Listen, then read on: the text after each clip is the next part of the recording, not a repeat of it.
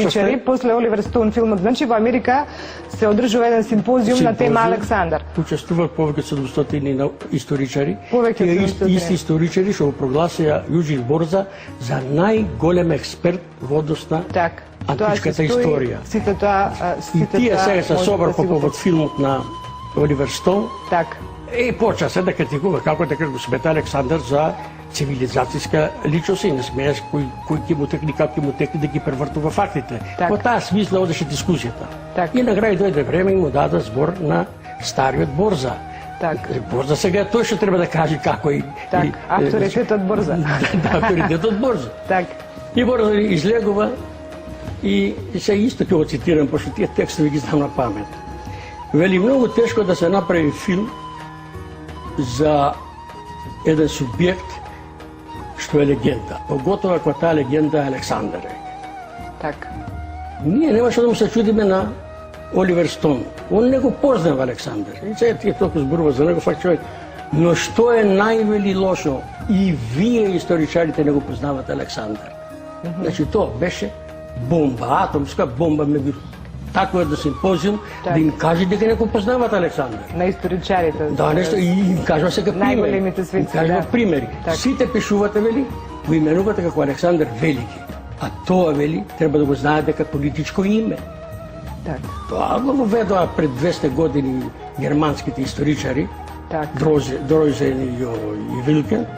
На грците им одговара, зашто грците целта на Грција беше да го збришат името Македонија и македонски. И то така и траеше до пред 15 години. А не го потребувате, вели, историското име Александар Македонски. То многу...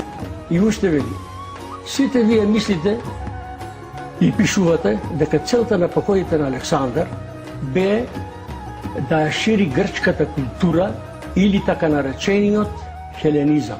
Така наречениот хеленизам. За Борза не постои хеленизам, што вели дека така наречен. Тоа не е вистина, дека тој им кажува. Значи не е вистина тоа, вие што го пишувате. Вие треба да знаете дека се што постигна македонците, не го постигна тоа како грци, и нито како било кој друг народ. Тоа го постигна како македонци. Такви зборови паѓат пред еден симпозиум на светски научници. И уште им кажува дека и историјата на Грција не треба да се меша со историја на македонците. Ово се што тврдат Грци дека тоа е исто историја, една тоа. И Борза прв пат после Николас Хамон дава дефиниција на кој на јазикот. А се тотална збрка во Македонија. Никој тоа не знае да го објасни што е, и веле дека не се употребувал тој јазик, друго веле дека не во време на Александар Македонски. Он дава дефиницијата и тврди дека кој на јазикот тоа се базира врз пелазгиско-атичкиот дијалект. Пелазгите сега се тврда дека стари македонци, стари слои, атичкиот на грчкиот. И изменет, вели, и изменет. И прилагоден на македонски услови од страна на Александар Македонски.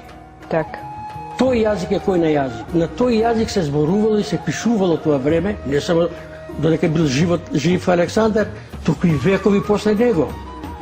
Тој јазик грците го сметаја како народен јазик, а они си има свој јазик, археја, што е велја, старогрчки јазик, тој навистина бил грчки јазик. И тој јазик се учил во гимназиите, широм Европа, да речеме. Старогрчки. Не се знае што... Они се откажа од својот јазик, од старогрчкиот јазик што го веле, тоа што го учеле во европските гимназии.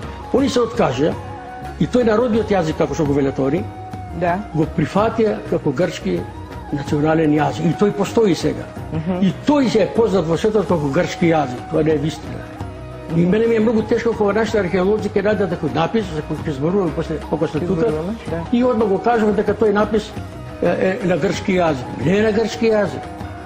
Тоа е кој на јазик, кој е народниот јазик. Но сега, во Америка прва книга што е издадена со наслов Александар Македонски, прва книга, тоа е на Питер Грин. Во Европа преводот гласи Александър Велики, уште Европа не може да се ослободи от това, от грчкото влияние. Значи од оригинален наслов Александар Македонски, во Европа е преведен на Александър Не Велики. знам дали може камера да го каже, ово. Се гледа кој е оригиналниот. Ово. Па може колегата, ја предпоставам дека ќе може. Да го прикажете?